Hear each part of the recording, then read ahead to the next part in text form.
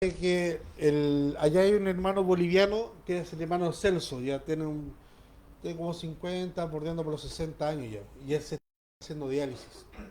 Entonces gracias a Dios lo están atendiendo bien ahora, pero en su inicio tuvo algunas complicaciones. Así que oremos por ello también. Ellos viven en lugares bien escasos. Servicios básicos hay luz, gracias a Dios porque están todos colgados en esa villa, están todos colgados, entonces servicios básicos hay, alcantarillado no. Hacen pozos y tienen piso de tierra, entonces oremos por nuestros hermanos para que el Señor provea, sobre todo en ese sector que es muy helado, es muy frío ese sector. Amén. Bien, vamos a la palabra del Señor. Hemos estado estudiando, escudriñando este pasaje que el apóstol Pablo escribió a la iglesia de Tesalonicense, ¿ya? Eh, y lo que acabamos de leer entra como ya en la recta final del mensaje, entra como en la predicación, como que ya Pablo ya está saliendo como en la salida de la predicación. Pero aún así, en nuestro pensar, en nuestro parecer, creemos que hay momentos que el mal empieza a ganar o que va avanzando. Ya es como cotidiano, ya casi ni siquiera nos alarmamos cuando vemos tragedias en la noticia. La mayoría de las veces son puras tragedias, portonazo, delincuencia, violencia, corrupción, mentira, injusticia. Todo eso vemos en la noticia y como que ya es como pan de cada día y casi algo normal. Es más, nos extrañamos cuando una noticia nos trae algo así. Es como que están hablando de otro país o de otro mundo. Más aún, cuando observamos cómo el pecado parece ser normalizado dentro de nuestra sociedad, o muchas veces es irrisorio. No sé si ustedes lo han visto, pero yo vivía en la población La Pintana, el Castillo, y muchas veces los delincuentes cuando mueren son verdaderos santos. Y me acuerdo de una entrevista años atrás de la mamá de uno de estos chiquillos que era delincuente y que murió porque estaba asaltando a una persona en la casa. Y esta señora dice, pero si él no hacía nada malo. Sí, era drogadicto, se drogaba aquí en la casa, salía a robar afuera, robaba motos, robaba autos, pero no hacía nada malo. Pero la señora no se da cuenta que robar una bicicleta es malo. Robarle a otro es malo, ese es un daño a esa persona, un auto, que muchos de ellos era en la fuente de trabajo de esas personas. Eso, y la señora no hacía nada malo, solamente robaba, se drogaba, a uno que otro disparo, pero no era malo. Entonces, muchas veces vemos como que la sociedad se está normalizando y esta cultura del narco, como que todos quieren ser gangsters, todos quieren ser malos, todos son choros, todos son... Y uno que vivió en poblaciones complicadas, se nota quién es realmente choro en la calle y quién es que pavonea ser choro. Vivimos en la población La Victoria, de ahí nos fuimos por la población El Castillo, me estudié por ahí, varios amigos tenía que vivir en el que ahora se conoce como el Pantano, y la gente que era más, en ese entonces, un poco más callada, eso sí daban miedo, que aquello que gritar, que choreza, pero hoy vemos como que es bueno ser gángster. Como que es bueno dar una buena espina, ser o una buena fama, una distinción dentro de el ser mafioso. Que estar metido en la droga, que tener balas, pistola, da como esa sensación hoy por hoy que los jóvenes buscan esa fama y un estatus dentro de la población y la música reggaetón eleva eso, que balazo, que aquí, que esto, que la droga. Y al momento que uno se acerca a esa gente, nada, no, claro, como dicen, cuando he estado yo, he ido a predicar a las cárceles, no tienen ni siquiera el ingreso de la ficha. No tiene ni ficha, no tiene, es puro plástico nomás, no tiene nada. Entonces vemos como que el mal, el pecado se normaliza y como la verdad cada vez se va siendo rechazada en la sociedad y podemos sentir como que las tinieblas van avanzando y van tomando como el control. Bueno, los hermanos de Tesalonicense vivían en un contexto más o menos parecido. Sufrían persecución, veían oposición al Evangelio. Cuando predicaban, ya hemos dicho que los hermanos de Tesalonicenses eran perseguidos por el Imperio Romano, por los judíos y por su propia familia. Entonces, y veían esta oposición al Evangelio y mientras escuchaban al hombre del pecado. Y probablemente se preguntaban ellos, ¿está Satanás tomando el control de la sociedad? Y para eso Pablo le responde que no. Pero le responde con una seguidilla de cosas que hoy día vamos a ver. Normalmente los sermones o la aplicación toco 3 puntos. Hoy día el punto 3 va a ser un poquito, pero un poquito más extenso. ¿Por qué? Porque hay una enseñanza y hay un tema muy delicado que no se puede pasar por alto, sobre todo en estos tiempos. Entonces, veamos el primero. Versículos 6 y 7 dice,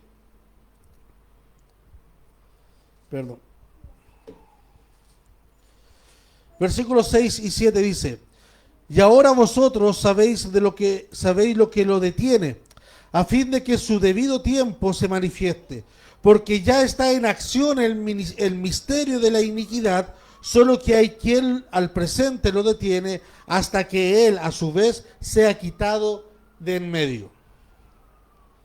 Y ahora vosotros sabéis lo que lo detiene. Este es uno de los textos más debatidos del Nuevo Testamento.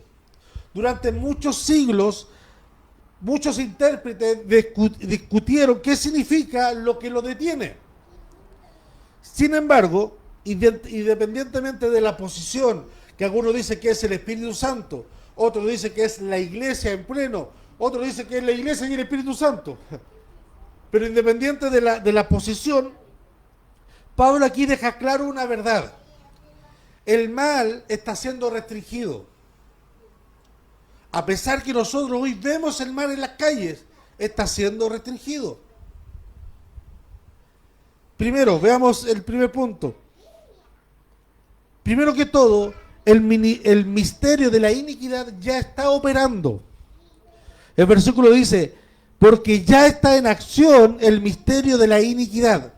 Pablo no dice, en algún día va a comenzar, sino que dice, ya está en acción, de los tiempos de Pablo. Incluso en los tiempos apostólicos, incluso en los tiempos de Jesús, el espíritu de rebelión contra Dios ya estaba presente. Incluso este espíritu de rebelión contra Dios es tan antiguo como la tierra misma. Adán y Eva fueron en contra de Dios. Y esta semilla a través del tiempo ha ido creciendo, no se ha extinguido ni se ha secado. La oposición a Cristo ya operaba en los tiempos de Cristo.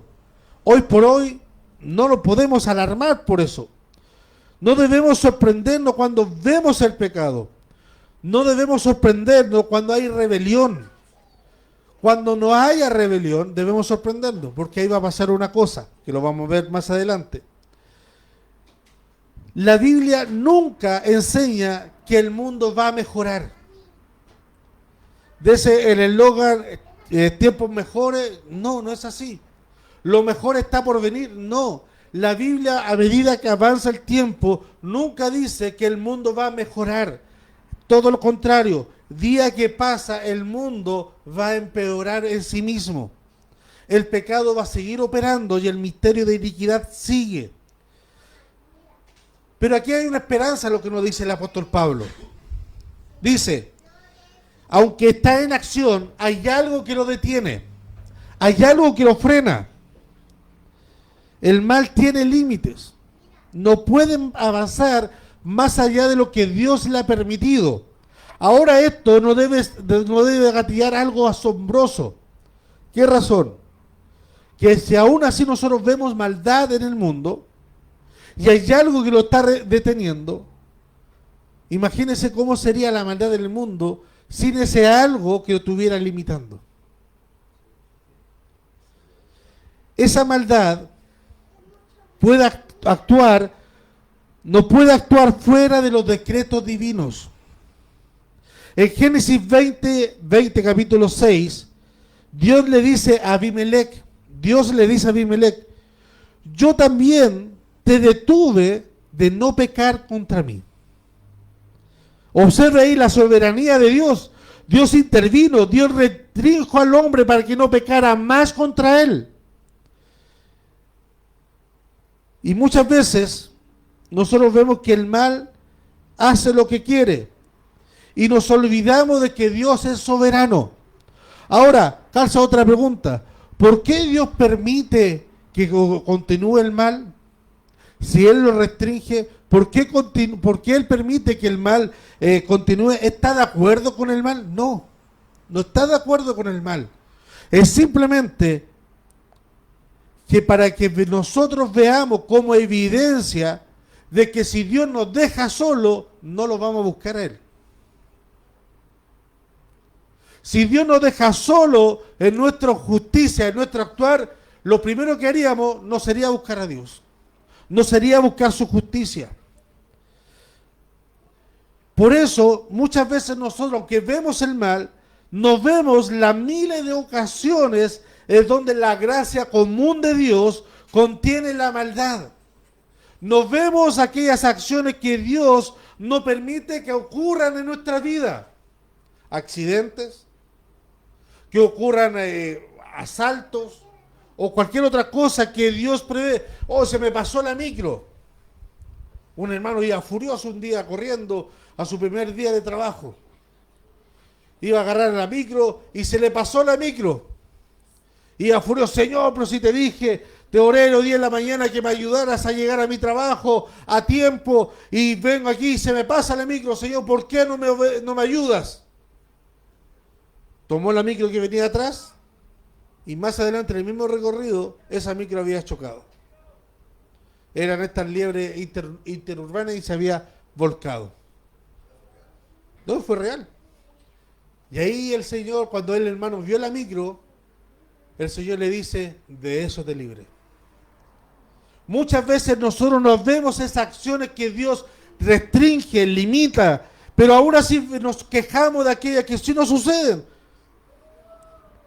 Nos vemos cuántos pecados fueron frenados, a pesar de lo que ya hemos pecado. Incluso si la gracia de Dios hubiese salido de nosotros, pecamos una vez, sin esa gracia hubiésemos pecado 1000 veces. Nos vemos la tragedia que Dios no permitió que nosotros viviésemos. Nos vemos cuántos planes de Satanás fueron detenidos por la mano y por la misericordia de Dios. Imagina esto. Imagina, todos nosotros hemos visto una represa que contiene agua. Nosotros cuando pasamos por ahí vemos el agua tranquila. Pero esa agua no está tranquila. Esa agua hace una presión en la represa enorme, que si se llega a gritar, baja con una fuerza incontrolable y destruye y mata todo lo que está abajo. Y hace una pérdida terrible.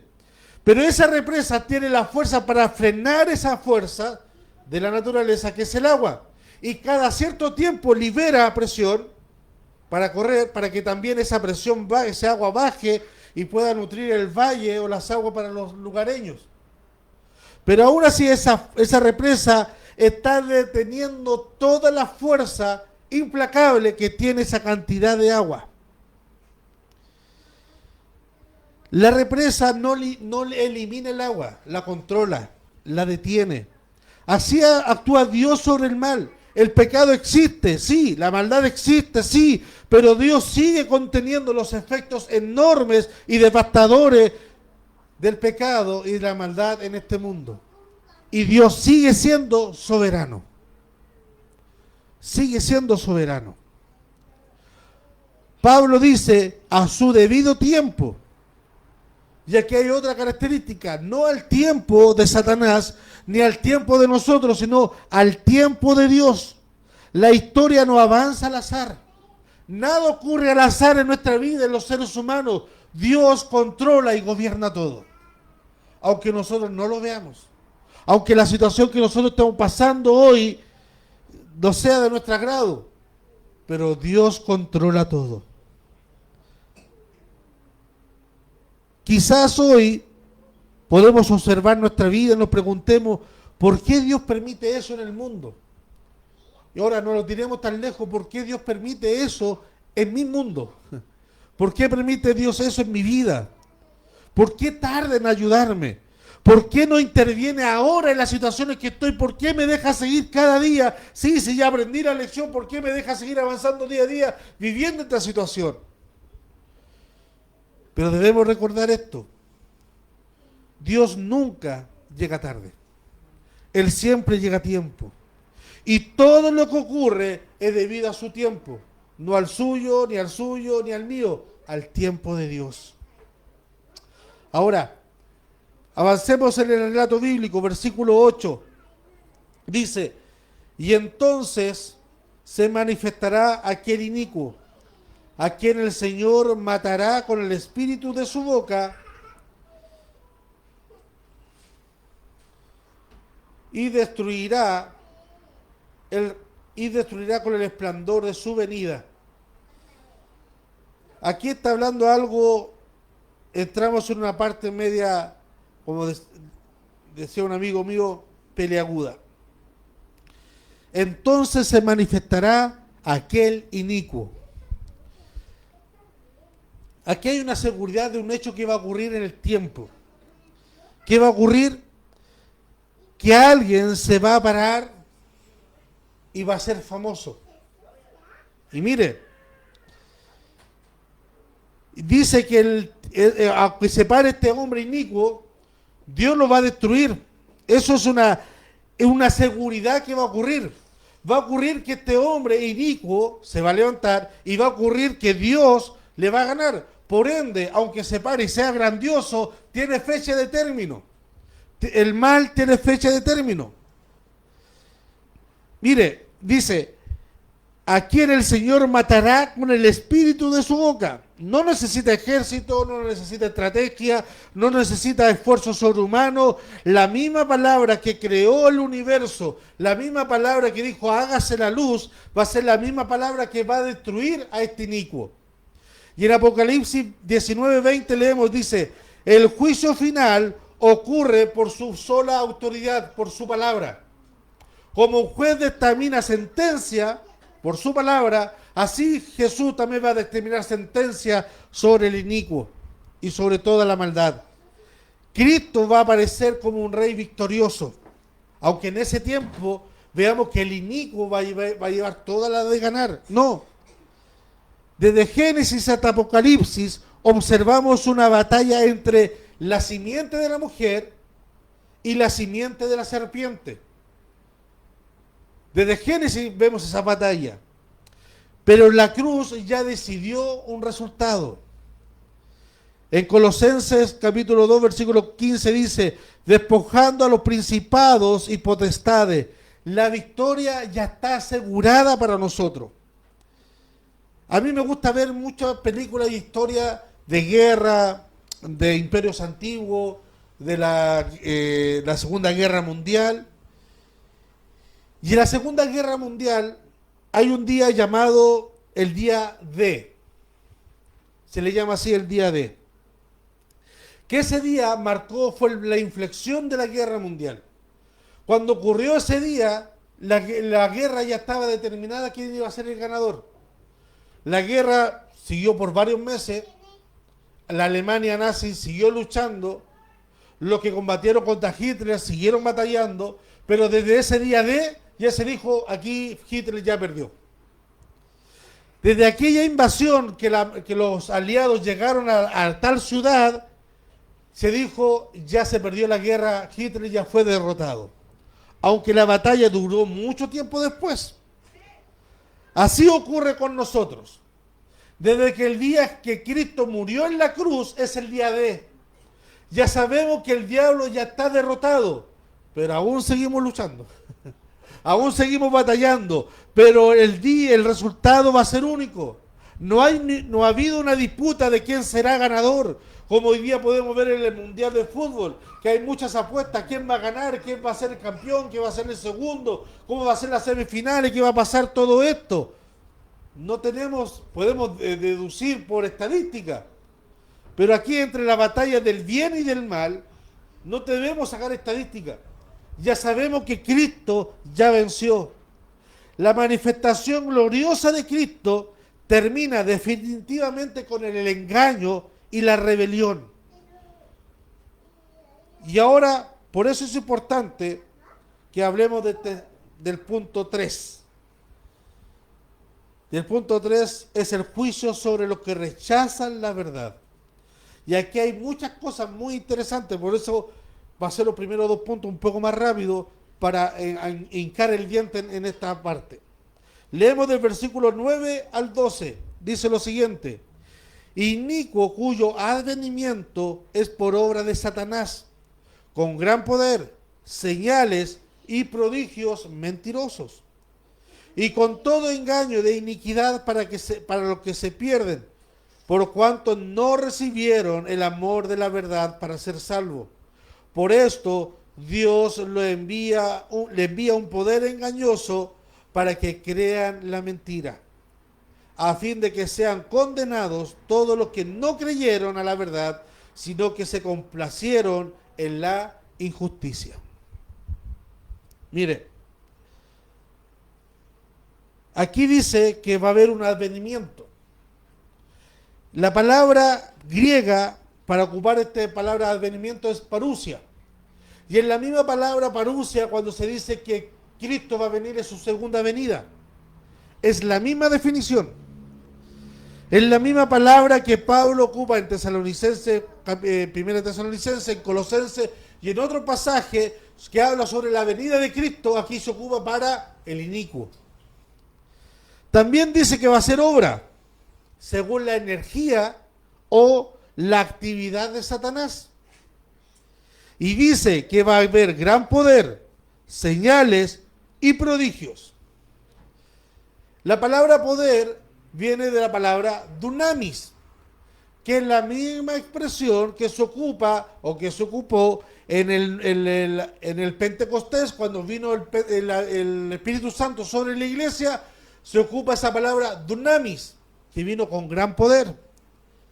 Señales y prodigios son la misma palabra que en el Nuevo Testamento se refieren cuando Cristo hablaba. Hablaba con señales y prodigios. Estos mismos términos que nosotros podemos ver en el Nuevo Testamento que se refieren a Cristo, se acuñan a este hombre inicuo. Ahora, Pablo nos está diciendo que estos milagros no van a existir, que estos milagros son meras ilusiones ópticas. No, Pablo está diciendo que estos milagros van a ser reales, pero engañosos. Y aquí está lo delicado, mis hermanos. Son señales, así como Cristo ocupa la obra para hacer señales para la verdad, Satanás lo va a ocupar para desviar la verdad, que van a apuntar hacia la mentira. En la Escritura nosotros vemos que nos enseña que Satanás sí puede producir milagros. Por ejemplo, en Éxodo 7, donde Moisés y Aarón se enfrentaron frente a los magos del faraón. ¿Qué hizo Moisés? Dios, por orden de Dios, convirtió el río Nilo en sangre. Los magos hicieron lo mismo. Moisés tiró su vara y se convirtió en serpiente. Los magos del faraón hicieron lo mismo. Pues la diferencia es que la serpiente de Moisés se comió a la otra, pero las varas de aquellos hombres se convirtieron en serpientes. O sea, hicieron lo mismo. Jesús en Mateo 24, versículo 24 dice: se levantarán falsos cristos, falsos profetas, y harán grandes señales y prodigios, de tal manera que engañarán, si fuese posible, aún a los escogidos. Y hoy, mis hermanos, hoy por hoy, vemos una iglesia que está afanada por los milagros y señales. siendo que Satanás también puede hacer milagros y señales. Jesús le dice a los griegos piden sabiduría y los judíos piden señales. ¿Cuál es mejor? ¿Qué es lo que hacemos? ¿Cuál es el punto acá? Acá no dice que el inicuo va a hacer obras milagrosas, va a hacer prodigios, va a tener dunamis, poder como una dinamita. Va a tener el poder para hacer milagros. Y la gente va a quedar embobada. El punto central aquí es este. No toda experiencia sobrenatural viene de Dios. Y la iglesia debe discernir espiritualmente si lo que ocurre es de Dios o no. Y hoy por hoy vemos más espiritualismo que espiritualidad dentro de las iglesias. Vivimos en una época fascinada por el espectáculo. Si no hay una buena banda, es fome. Si no hay un buen ambiente, es fome. Si no hay una buena calificación, es fome. Es fascinada por el espectáculo. Muchas personas buscan vivir una experiencia intensa, milagros visibles, manifestaciones extraordinarias. Pero Pablo nos recuerda que lo espectacular no siempre viene de lo verdadero. La pregunta correcta para nosotros no es, ¿esto es impresionante? ¿Esto me conmueve para mí? No. La pregunta debe ser, ¿esto exalta a Cristo y está conforme a la verdad bíblica? A.W. Tozer dijo, lo que viene a nuestra mente cuando pensamos en Dios es lo más importante para nosotros. Lo primero que viene a nuestra mente cuando pensamos en Dios es lo más importante. Ahora, ¿por qué es importante esta frase? Porque la visión que nosotros tengamos de Dios moldea nuestra vida. Si nosotros creemos que Dios es un viejito buena onda, como el viejito pascuero que solamente nos trae regalos, lo vamos a adorar así, como a alguien que nosotros vamos a beneficiarnos de él. Si vemos que es un tirano cósmico que solamente castiga, lo vamos a adorar así, como un ser tirano. Pero si vemos que es nuestro Dios, el Dios creador del cielo y de la tierra, aquel que me redimió, aquel que es cercano a mí, que es mi Padre Celestial, que es mi buen pastor, pero también es el Dios soberano, vamos a tener un buen concepto de adorarlo a Él. Entonces, la visión que nosotros tengamos de Dios moldea nuestra vida, moldea nuestra adoración, nuestra ética. Si nosotros creemos que Dios solamente me ve el culto, no voy a tener ética en mi trabajo. Pero si yo creo que en mi trabajo también adora a Dios, voy a tener una buena ética en mi trabajo. Moldea nuestra esperanza y moldea nuestra obediencia. Y un concepto falso produce una vida espiritual deformada. Por eso Satanás ataca primero la verdad acerca de Dios. Por eso Satanás en el huerto del Edén atacó la palabra de Dios. Así que Dios dijo eso, sembrando la duda de lo que había dicho. No sembró la duda de lo que había hecho, sino de lo que dijo. La palabra de Dios. Por ende, aquí vemos otro problema. El texto dice, por cuanto no recibieron el amor de la verdad para ser salvos. No recibieron el amor de la verdad para ser salvos. Y aquí Pablo revela la raíz del problema. Pablo no dice, no escucharon la verdad. Pablo no dice, no entendieron la verdad, porque ellos se la escucharon y la entendieron. Tampoco dice, no tuvieron acceso a la verdad, porque ellos sí escucharon la verdad. Pablo dice, no recibieron el amor de la verdad. La expresión aquí que se ocupa es más allá de un tema intelectual. Más allá que usted cree intelectualmente que Dios resucitó, murió por usted, va a un tema de la palabra recibir, tiene la idea de acoger favorablemente, abrazar esa verdad, aceptar con disposición plena en mi ser. Por eso Pablo enseña que el problema del ser humano es principalmente moral, espiritual, más que intelectual. Ese es el problema del ser humano. El ser humano no necesita evidencia para creer en Dios, porque la evidencia está, las pruebas están. El ser humano no quiere adorar a Dios. Jesús en Juan 3:19 dijo, y esta es la condenación, que la luz vino al mundo y los hombres amaron más las tinieblas que la luz, porque sus obras eran malas. La luz vino al mundo, pero los hombres amaron más las tinieblas que la luz. O sea, vieron la luz, pero amaron más las tinieblas. Ellos amaron. O sea, el problema es del corazón, no del intelecto. No es algo racional, es algo del corazón, de voluntad. Y Pablo también en Romanos 1:25 desarrolla la misma idea. Dice, cambiaron la verdad de Dios por la mentira, hablando del ser humano. El pecado no es simplemente una ignorancia, es un intercambio deliberado, la verdad por la mentira y la creación por el creador. Imagina una persona que está encerrada varios días en una habitación oscura. Alguien abre la puerta y permite que entre luz a aquella habitación, a aquella casa. Pero esta persona corre a cerrar nuevamente la puerta. No porque la luz sea insuficiente o la luz es mala y dañina por sí sola, sino porque él prefiere estar en la oscuridad. Eso es exactamente lo que Jesús enseñó en Juan 3:19. La resistencia humana del hombre no es neutral, es una preferencia hacia el pecado. Y ahí dice la palabra de Pablo, porque ellos no amaron la verdad, no recibieron la verdad. Ahora, frente a eso, Dios toma juicio a los que rechazan la verdad.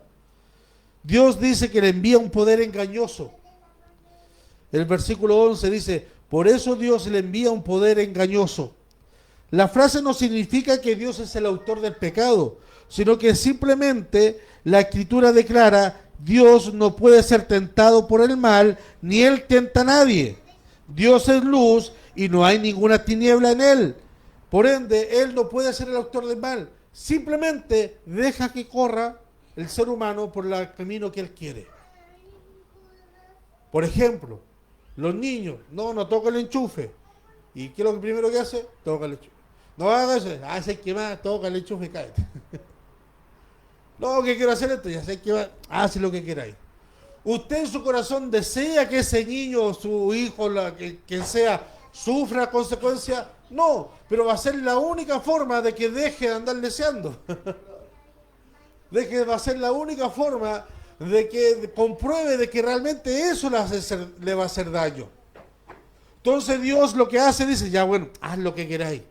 En su soberanía deja que el hombre actúe en su libertad. Por ende, la idea aquí es judicial más que paternal. Dios en su juicio entrega a la persona la consecuencia de persistir en su rechazo de la verdad. Dios los entregó. Es como decir, hace lo que quieras. Ya está bueno. Te dije una vez que no, que te va a hacer daño, otra vez, y hace lo que queráis. Y ahora le entrego un poder engañoso para que crean la mentira. La mentira es la falsificación que Satanás distorsiona la verdad. Ahora, conteniendo esta evidencia, el juicio es más terrible.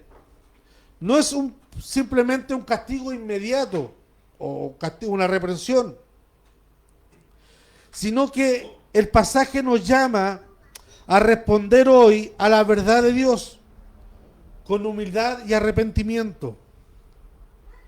No debemos jugar al evangelio, no debemos endurecer el corazón. Hebreo dice, si oyereis la voz del Señor, no endurezcáis vuestro corazón. La salvación es amar la verdad y la verdad es Cristo. Pablo nos lleva finalmente al centro del evangelio. Y aquí ya estoy terminando, mis hermanos.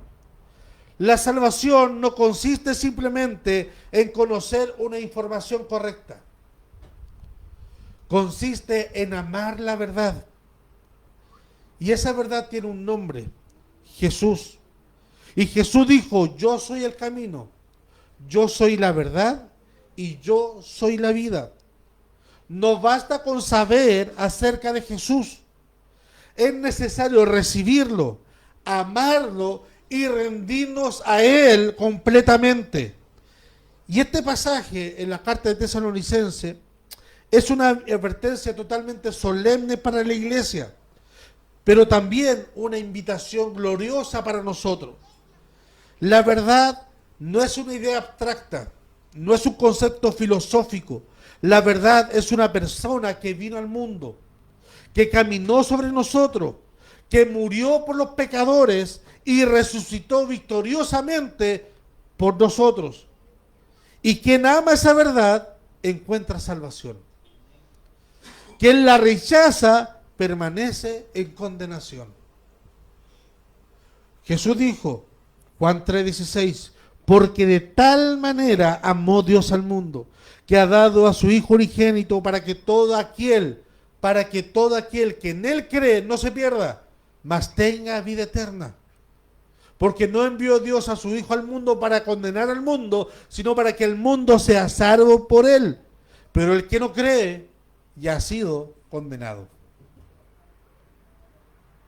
Quien crea en Jesús, no importa que eres bueno o que no es malo, es que yo tengo más prontuario que el otro, que yo tengo más vivencia, que eso da lo mismo.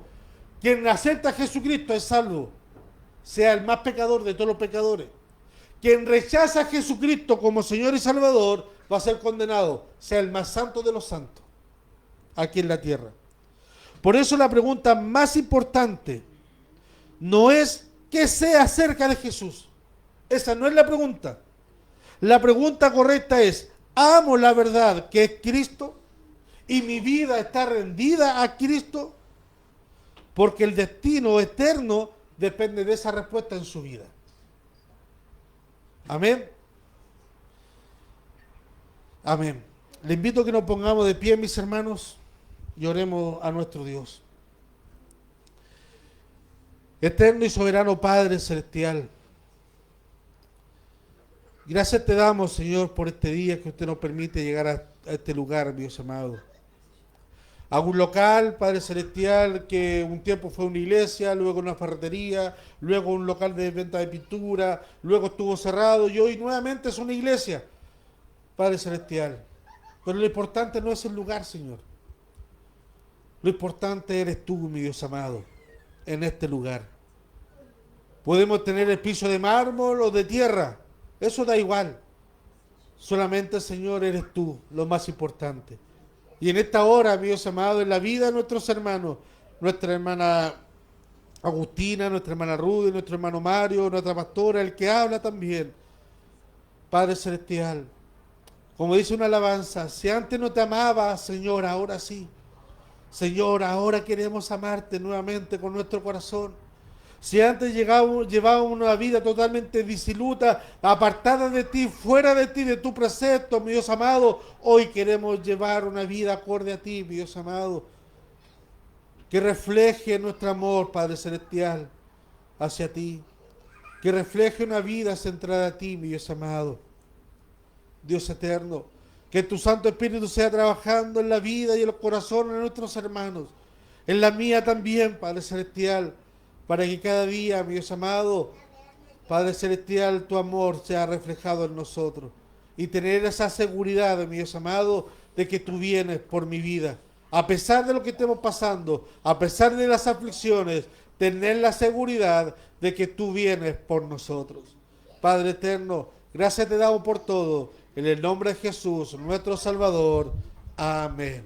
Amén.